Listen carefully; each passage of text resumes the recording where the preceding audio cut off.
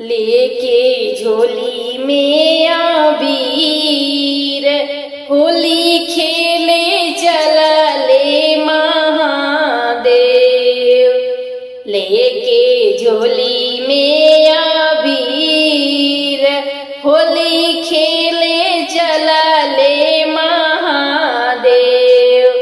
लेके झोली में अबीर लेके झोली में अबीर होली खेले चलले महादेव। लेके झोली में अबीर होली खेले चलले महादेव। पहिला होली हो काशी में खेलले, काशी में खेलले, बनारस में खेलले। भैले बनारस भैले लाल लाल हो, बनारस भैले लाल लाल। होली खेले चलले महादेव।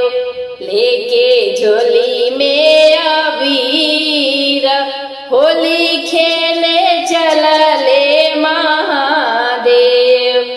दूसरा होली अवधपुर में खेलले, अवधपुर में खेलले, अवधपुर में खेलले। राम लक्ष्मण भैले लाल लाल हो, भैले राम लक्ष्मण लाल लाल। होली खेले चलले महादेव।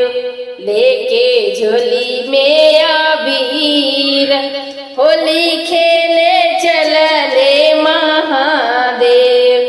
लेके झोली में अबीर लेके झोली में अबीर होली खेले चलले महादेव। तीसरा होली वृंदावन में खेलले, वृंदावन में खेलले, वृंदावन में खेलले।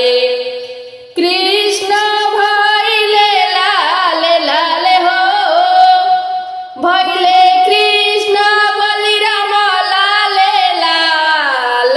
होली खेले चलले महादेव।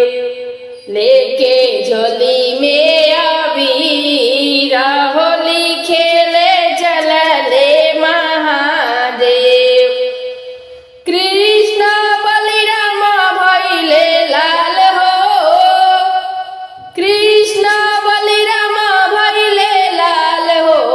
होली खेले चलले महादेव। लेके झोली में अबीर होली खेले चलले महादेव।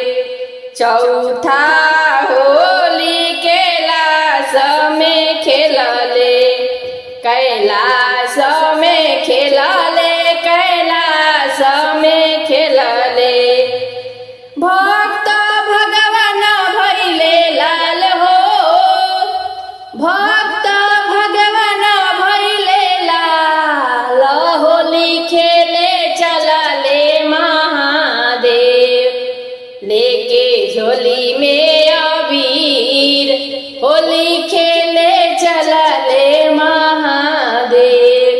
लेके झोली में अबीर लेके झोली में, लेके झोली में अबीर लेके झोली में अबीर होली खेले चलले महादेव।